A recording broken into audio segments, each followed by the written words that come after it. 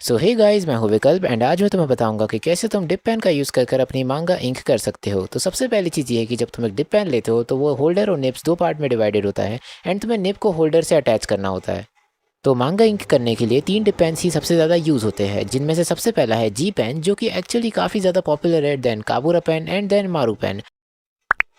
सो जी pen का use हम सबसे ज़्यादा कैरेक्टर्स को इंक करने के लिए करते हैं। अब अगर बात करें काबूरा पेन की, तो इसे यूज़ किया जाता है बैकग्राउंड्स या फिर ऑब्जेक्ट्स को इंक करने के लिए, पर वही मारू पेन का यूज़ होता है सबसे ज़्यादा एक्यूट या फाइन डिटेल्स को बनाने के लिए।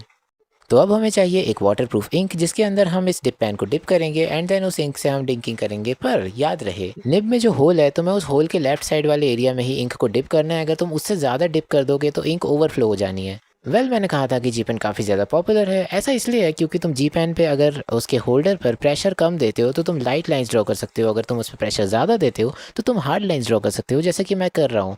एंड एक्चुअली इसका इंपॉर्टेंस इसलिए है क्योंकि जब भी हमें शेडो ड्रॉ करनी होती है इंक में, क्योंकि इंक में अगर शेडो ड्रॉ करनी है तो उस टाइम पे लाइन वेट बढ़ाना होता है एंड जहाँ से लाइट आ रही होती है वहाँ पर लाइन वेट कम करना होता है। एग्जाम्पल के लिए तुम देख सकते हो कि जो फेस मैं बना रहा हूँ उसमें जो लेफ्ट साइड का फेस है उसमें जो लाइंस है वो काफ़ी ज़्यादा हार्ड है राइट साइड वाले के मुकाबले, बल्कि राइट साइड वाले की लाइंस जो है वो काफ़ी लाइट मैंने यूज़ करी है। एंड ये सब मैंने जी पेन से इंक करा है, बट मैंने ऐसा क्यों किया है ताकि राइट साइड से जो लाइट सोर्स आ रहा है मैं उसे दिखा पाऊँ, एंड लेफ्ट साइड में शेडो रहती है जिससे काफ़ी ज़्यादा पता चल जाता है कि लाइट राइट साइड से आ रही है। एंड ये काफ़ी ज़्यादा इफेक्टिव मेथड है आर्ट में।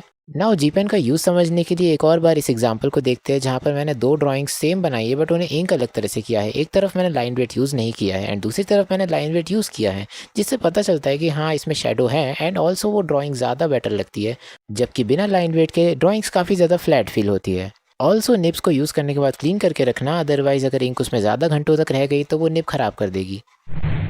अब काबूरा पेन की खास बात यह है कि तुम इससे कंसिस्टेंट लाइंस इंक कर सकते हो, पर तुम्हें हमेशा ध्यान रखना है कि जब तुम एक लाइन को इंक कर रहे हो तो होल्डर पर ज़्यादा प्रेशर ना दो, क्योंकि अगर ऐसा होगा तो फिर तुम लाइन वेट अचानक से बढ़ा दोगे एंड वो काबूरा पेन वाली इंक नहीं लगेगी एंड बेसिकली बैकग्राउंड इंक उतनी अच्छी नहीं होगी।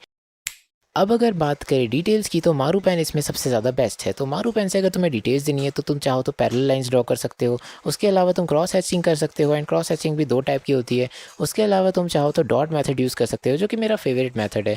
लाइक इसमें तुम टेक्सचरिंग बहुत अच्छे से दे सकते हो, शेडोज़ अच्छे से दिखा सकते हो। हाँ, बस ये है कि तुम्हें एक एक डॉट बनाना पड़ता है एंड तुम्हें काफ़ी ज़्यादा मेहनत करनी पड़ती है, बट ये मेरा फेवरेट मेथड है। तुम चाहो तो इसे यूज़ कर सकते हो।